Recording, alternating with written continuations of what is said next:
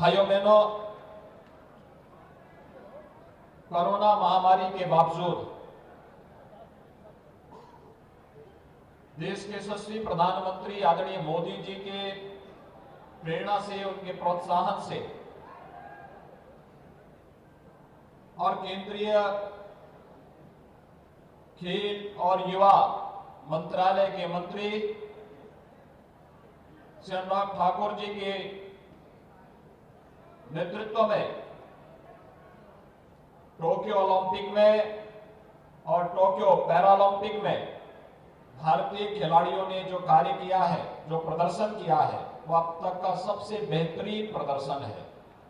और उस बेहतरीन प्रदर्शन के लिए हर भारतवासी का यह नैतिक दायित्व बनता है कि हम अपने इन प्रतिभाशाली खिलाड़ियों का, भारत के गौरव को वैश्विक मंच पर एक नई ऊंचाइयों तक पहुंचाने वाले अपने सभी खिलाड़ियों का हम सम्मान करें। और इस दृष्टि से आज उत्तर प्रदेश सरकार ने यह कार्यक्रम यहां पर आयोजित किया है। मैं इस बात के लिए हृदय से धन्यवाद दूंगा और उनका अभिनंदन भी करूंगा केंद्रीय सूचना प्रसारण युवा एवं खेल मंत्रालय के मंत्री श्री अनुराग ठाकुर जी का, जिन्होंने अपनी तमाम व्यस्तताओं के बावजूद जब खिलाड़ियों की बात आई तो उन्होंने कहा सारे कार्यक्रम मेरे स्थगित, मैं मेरठ पहुंचूंगा, और उस सुबह 8:30 बजे ही यहां पहुंच गए थे सभी कार्यक्रमों की देखभाल करने के लिए। वे कार्यक्रम में हमारे मुख्य अतिथि हैं, लेकिन कार्यक्रम की स्वयं व्यवस्था देखने की किसी खिलाड़ी को परेशानी न हो, इस भाव के साथ वे स्वयं ही यहां पर उपस्थित होकर के उन सभी खिलाड़ियों का हालचाल ले रहे थे। मैं इस अवसर पर उनका हृदय से अभिनंदन करता हूं और यहां उपस्थित होने के लिए उनका धन्यवाद भी देता हूं। केंद्रीय मंत्री डॉक्टर वीरेंद्र कुमार जी सामाजिक न्याय और अधिकारिता मंत्रालय के माध्यम से आदरणीय प्रधानमंत्री जी की प्रेरणा से जितने भी दिव्यांगजन देश के अंदर हैं, उनके उत्थान के लिए और उनकी सहायता के लिए विभिन्न प्रकार की योजनाएं चला रहे हैं। और आज इस मंच पर उनको इसी बात के लिए आमंत्रित भी किया गया कि हो सकता है कि कुछ खिलाड़ियों और अन्य दिव्यांग जनों की मदद के लिए कुछ नया करना पड़े, और जो प्रधानमंत्री जी की सोच रही है कुछ नया करने की, उस सोच को आगे बढ़ाने की दृष्टि आज वे भी यहाँ पर उपस्थित हुए हैं। मैं उनका भी हृदय से अभिनंदन करता हूं। और भाइयों बहनों, यहाँ पर उपस्थित जितने भी हमारे माननीय सांसद हैं, केंद्रीय मंत्री हैं, माननीय विधायक हैं, जनप्रतिनिधिगण हैं, जितने भी पैरा ओलंपियन हैं और जितने भी देश के अलग अलग कोने से आए हुए हमारे खिलाड़ीगण हैं, इन सब का भी मैं हृदय से अभिनंदन करता हूं, उनका स्वागत करता हूं। मेरठ की जब बात होती है तो स्पोर्ट्स आइटम के लिए भी मेरठ जाना जाता है। अभी हम लोग जब आया था तो मुझे यहाँ का प्रशासन जो यहाँ पर प्रदर्शनी लगी, उस प्रदर्शनी को दिखाने के लिए लेके गया। स्वाभाविक रूप से हमारी सरकार ने 2018 में प्रधानमंत्री मोदी जी की प्रेरणा से एक जनपद एक उत्पाद की योजना लागू की। एक जनपद एक उत्पाद का मतलब जिस उत्पाद के माध्यम से उस जनपद की पहचान बन सके, जिस उत्पाद के माध्यम से वहां पर व्यापक रोजगार की संभावनाओं को आगे बढ़ाया जा सके, और जिस उत्पाद के माध्यम से वहां पर न केवल रोजगार बल्कि निवेश की उन संभावनाओं को भी आगे बढ़ाया जा सके, उस व्यवस्था को आगे बढ़ाने के लिए जब हम लोगों ने चयन किया था, तमाम प्रकार के शोध करने के बाद जो हमारे सामने आया कि मेरठ को हम लोग स्पोर्ट्स आइटम के लिए चयन करेंगे। और मुझे प्रसन्नता है कि आज मेरठ ने एक लंबी छलांग इस दिशा में लगाई है, और इसीलिए यहाँ पर अब एक मेरठ में स्पोर्ट्स यूनिवर्सिटी भी राज्य सरकार दे रही है। मैं इसके लिए आप सभी मेरठ वासियों को हृदय से बधाई देता हूँ। बहुत शीघ्र इसका कार्य प्रारंभ होने जा रहा है, इसके लिए सभी खिलाड़ियों का अभिनंदन भी करता हूं। भाइयों बहनों, यहां पर मेरठ में जो स्पोर्ट्स के आइटम बनते हैं उसकी अपनी एक क्वालिटी है और न केवल देश के अंदर बल्कि दुनिया के अंदर उसकी व्यापक डिमांड है। लेकिन उस सब के बावजूद शासन स्तर पर जो प्रोत्साहन उन्हें मिलना चाहिए था उसकी कमी पहले दिखाई देती थी। लेकिन 2018 के बाद उसमें जो तीव्रता आई है वह अभिनंदनीय है, स्वागत योग्य है और दोनों एक साथ जब मिलकर के चलते हैं तो उसके परिणाम और बेहतर तरीके से आगे बढ़ सकते हैं। हम सब आभारी हैं प्रधानमंत्री मोदी जी के, जिन्होंने देश के खिलाड़ियों की प्रतिभा को और उनकी ऊर्जा को महसूस किया, चाहे वह खेलो इंडिया खेलों के माध्यम से और चाहे वर्तमान में सांसद खेल प्रतियोगिता के माध्यम से हर एक जनपद और संसदीय क्षेत्र में होने वाले आयोजनों के माध्यम से हर जगह से माननीय सांसदगण हम लोगों को इस बात के लिए आमंत्रण दे रहे हैं कि हम लोग सांसद खेल प्रतियोगिता कराना चाहते हैं और इस सांसद खेल प्रतियोगिता में भागीदार बने। कोई कोई मंत्री कोई ना कोई इसमें अवश्य आए और अपार उत्साह लोगों में देखने को मिला है। मैं इसके लिए प्रधानमंत्री मोदी जी का, खेल और युवा मंत्रालय के मंत्री श्री अनुराग ठाकुर जी का हृदय से धन्यवाद देता हूं, जो देश और प्रदेश के खिलाड़ियों को एक नया मंच मिल रहा है अपनी प्रतिभा को साबित करने का और उसे आगे बढ़ाने का। भाइयों बहनों, हम सब जानते हैं कि टोक्यो जापान में 24 अगस्त से 5 सितंबर तक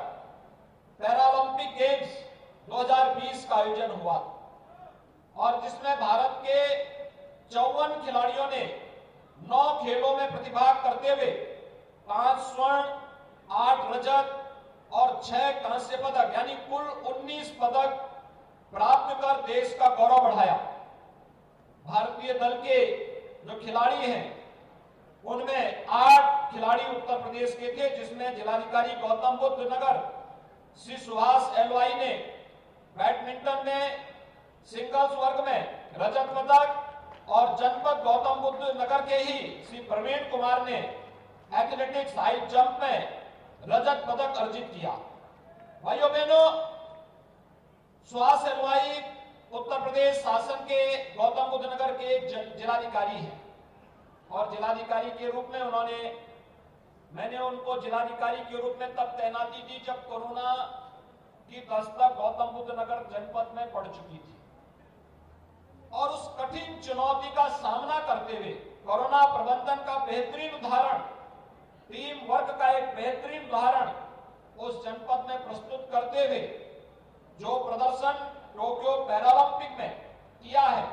अत्यंत सराहनीय और अभिनंदनीय है। और इस दिशा से कल ही हमारी सरकार ने उन्होंने वर्ष 2016 में पैरालंपिक में बीजिंग में गोल्ड मेडल, वर्ष 18 में एशियन पैरा गेम्स में चक्राता में ब्रॉन्ज मेडल और पैरालंपिक टोक्यो में 2021 में सिल्वर मेडल जीता है। और इसके लिए राज्य सरकार ने कल ही उन्हें 5 वेतन वृद्धि की अपनी स्वीकृति भी दी है। मैं इसके लिए श्री सुभाष एलवाई को हृदय से बधाई देता हूं, अपनी शुभकामनाएं भी देता हूं। भाइयों बहनों, पूर्व में उत्तर प्रदेश में राष्ट्रीय और अंतर्राष्ट्रीय प्रतियोगिताओं में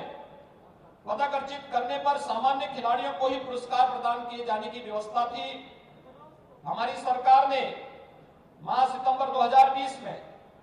सामान्य खिलाड़ियों की भांति दिव्यांगजन खिलाड़ियों को भी सम्मानित करने का निर्णय लिया और इसके अंतर्गत ओलंपिक गेम्स और पैरालंपिक गेम्स में प्रदेश के पदक विजेता खिलाड़ियों को एकल वर्ग में स्वर्ण पदक पर 6 करोड़, रजत पदक पर 4 करोड़ तथा कांस्य पदक पर 2 करोड़ रुपए की पुरस्कार स्वरूप दे जाने की व्यवस्था की गई। इसी प्रकार से टीम गेम्स में स्वर्ण पदक पर 3 करोड़, रजत पदक पर 2 करोड़ और कांस्य पदक पर 1 करोड़ रुपए पुरस्कार स्वरूप धनराशि प्रदेश के खिलाड़ियों को दे जाने का प्रावधान किया गया। 23 जुलाई से 8 अगस्त 2021 तक टोक्यो जापान में संपन्न ओलंपिक गेम्स के पदक विजेताओं और प्रदेश के प्रतिभागी खिलाड़ियों को हमारी सरकार द्वारा 19 अगस्त 2021 2021 को राजधानी लखनऊ में एक भव्य समारोह में सम्मानित किया गया और इस समारोह में पुरुष हॉकी में कांस्य पदक विजेता भारतीय हॉकी टीम के सभी सदस्यों, महिला हॉकी में चतुर्थ स्थान प्राप्त करने वाली भारतीय टीम की सभी सदस्यों, उत्तर प्रदेश के 10 प्रतिभागी खिलाड़ियों सहित देश के 72 खिलाड़ियों को नकद पुरस्कार राशि और स्मृति चिन्ह प्रदान कर सम्मानित किया गया। टोक्यो ओलंपिक में शानदार प्रदर्शन से देश का मान बढ़ाने वाली खेल प्रतिभाओं को सम्मानित करने के लिए आयोजित इस समारोह में स्वर्ण पदक विजेता को 2 करोड़, रजत पदक विजेता को 1.5 करोड़ और कांस्य पदक विजेता को 1 करोड़ एवं उत्तर प्रदेश के प्रतिभागी खिलाड़ियों को 25 लाख रुपए की नकद पुरस्कार राशि और स्मृति चिन्ह प्रदान कर सम्मानित किया गया। इसी क्रम में टोक्यो पैरालंपिक गेम्स 2020 में पदक विजेता दिव्यांगजन खिलाड़ियों को आज यहां पर मेरठ में पुरस्कृत किया जा रहा है, जिसमें टोक्यो पैरालंपिक गेम्स 2020 में भारतीय खिलाड़ियों ने प्रथम बार 19 पदक अर्जित किए हैं। इससे पूर्व रियो ओलंपिक में 19 खिलाड़ियों ने 4 खेलों में 4 पदक ही अर्जित किए थे। वर्तमान राज्य सरकार ने पैरालंपिक गेम्स में प्रदेश ही नहीं बल्कि पूरे देश के पदक विजेता खिलाड़ियों को पुरस्कृत करने का निर्णय लिया है और टोक्यो ओलंपिक पैरालंपिक गेम्स में अन्य देश के सभी पदक विजेता खिलाड़ियों के सम्मान के लिए आज जो राशि यहां पर निर्धारित की जा रही है, जिसमें स्वर्ण पदक विजेता को 2 करोड़, रजत पदक विजेता को 1.5 करोड़, कांस्य पदक विजेता को 1 करोड़ की राशि पुरस्कार स्वरूप यहां पर प्रदान की जा रही है, जिसमें सुश्री अवनी लखेरा, इन्होंने शूटिंग में स्वर्ण पदक भी जीता और कांस्य पदक भी जीता। इन्हें 2 करोड़ रुपए की राशि यहां पर प्रदान करने के भी कुछ ही देर में प्रदान किया जाएगा। श्री सुमित अंटिल, ये एथलेटिक्स से हैं, इन्हें 1 करोड़। मनीष नरवाल हरियाणा से शूटिंग में स्वर्ण पदक, इन्हें 2 करोड़। श्री प्रमोद भगत उड़ीसा से बैडमिंटन में स्वर्ण पदक 2 करोड़। श्री कृष्णा नागर राजस्थान से बैडमिंटन स्वर्ण पदक 2 करोड़। सुश्री भावना पाटिल पटेल रजत पदक 1.5 करोड़। श्री निशांत कुमार हिमाचल प्रदेश से 1.5 करोड़। श्री देवेंद्र झाझड़िया राजस्थान से, इन्हें 1.5 करोड़। श्री योगेश कोठनिया, इन्हें 1.5 करोड़। प्रवीण कुमार, ये नोएडा उत्तर प्रदेश से हैं, इन्हें 4 करोड़। श्री मरियप्पन थंगावेलु तमिलनाडु से, इन्हें 1.5 करोड़। श्री सुहास अलवाई उत्तर प्रदेश, इन्हें 4 करोड़। श्री सिंहराज अधाना, इन्हें 1.5 करोड़। श्री सुंदर सिंह गुजर 1 करोड़। श्री शरद कुमार 1 करोड़। श्री हरविंदर सिंह, इन्हें 1 करोड़ और श्री मनोज सरकार, इन्हें 1 करोड़, यानी कुल 31 करोड़ रुपए इन सभी खिलाड़ियों को आज यहां पर पुरस्कार स्वरूप प्रदान किए जा रहे हैं। और मैं चाहूंगा एक बार जोरदार करतल ध्वनि से अपने सभी खिलाड़ियों का यहां पर सम्मान से पहले जोरदार करतल ध्वनि से इन सबका अभिनंदन आप सभी करें। इसके साथ ही राज्य सरकार ने यह भी तय किया है कि टोक्यो ओलंपिक गेम्स एवं टोक्यो ओलंपिक पैरालंपिक में भारतीय टीम के जितने भी प्रशिक्षक गए थे, उन सभी प्रशिक्षकों को भी राज्य सरकार 10-10 लाख रुपए की राशि उन्हें पुरस्कार स्वरूप प्रदान करेगी, जिन्होंने इस पूरे आयोजन में भाग लेकर के इस कार्यक्रम को आगे बढ़ाया। भाइयों बहनों, इसमें अन्य जो हमारे खिलाड़ी गए थे, जिनमें गौतम बुद्ध नगर के श्री वरुण सिंह भाटी, इटावा के श्री अजीत सिंह, संबल से श्री दीपेंद्र सिंह, बागपत से आकाश, मेरठ से विवेक चिकारा, मुजफ्फरनगर से सुश्री ज्योति, इन सभी 6 प्रतिभागी खिलाड़ियों को भी 25 लाख रुपए प्रत्येक को उपलब्ध सरकार इनमें पैरालंपिक में प्रतिभाग करने के लिए यहां पर उन्हें यह सुविधा उपलब्ध करा रही है। आज आप सब जानते हैं, पिछले 4.5 वर्ष के अंदर प्रदेश के अंदर खिलाड़ियों के लिए अवस्थापना सुविधाओं के विकास के लिए कुछ नया करने का प्रयास हुआ है। केंद्र सरकार और राज्य सरकार ने मिलकर के अब तक प्रदेश में 71 स्टेडियम, 2 मिनी स्टेडियम, 68 बहुउद्देशीय हॉल, 38 तरणताल, 1 अंतर्राष्ट्रीय ऑल वेदर तरणताल, 2 अंतर्राष्ट्रीय cricket stadium, 11 synthetic hockey stadium, 2 flood light synthetic hockey stadium, 2 synthetic running track, 2 judo hall, 30 अत्याधुनिक जिम उपकरण, 6 shooting range, 11 synthetic tennis court, 19 dormitory, 16 synthetic basketball court, 11 कुश्ती hall और 11 weight lifting hall का निर्माण अब तक प्रदेश के अंदर किया जा चुका है। 14 खेलों के लिए 19 जनपदों में 44 छात्रावास वर्तमान में संचालित किए जा रहे हैं और जिसमें आवासीय क्रीड़ा छात्रावास के खिलाड़ियों को 250 रुपए प्रतिदिन प्रति खिलाड़ी की दर से भोजन, गहन प्रशिक्षण, शिक्षा, चिकित्सा, आवास, किट आदि निःशुल्क भी प्रदान किया जाता है। वर्तमान समय में प्रदेश के 3 स्पोर्ट्स कॉलेज लखनऊ, गोरखपुर और इटावा में संचालित किए जा रहे हैं, जहां पर खिलाड़ियों को लॉजिंग, फूडिंग और प्रशिक्षण, ये सभी सुविधाएं वहां पर निःशुल्क प्रदान की जाती है। अर्जुन पुरस्कार, द्रोणाचार्य पुरस्कार, मेजर ध्यानचंद खेल रत्न पुरस्कार व खेल के क्षेत्र में पद्मश्री तथा पद्म भूषण से सम्मानित खिलाड़ियों को 20,000 रुपए प्रतिमाह वित्तीय सहायता भी प्रदान की जाती है। प्रदेश के खिलाड़ियों के कल्याणार्थ चलाई जाने वाली योजना के अंतर्गत वृद्ध, अशक्त और विपदाग्रस्त राज्य स्तर के खिलाड़ियों को 4,000 रुपए प्रतिमाह, राष्ट्रीय स्तर के खिलाड़ी को 6,000 रुपए प्रतिमाह और अंतरराष्ट्रीय स्तर के खिलाड़ी को 10,000 रुपए प्रतिमाह वित्तीय सहायता भी प्रदेश शासन के द्वारा उपलब्ध करवाई जाती है। मैं एक बार फिर से टोक्यो पैरालंपिक में हमारे जिन इन प्रतिभाशाली खिलाड़ियों ने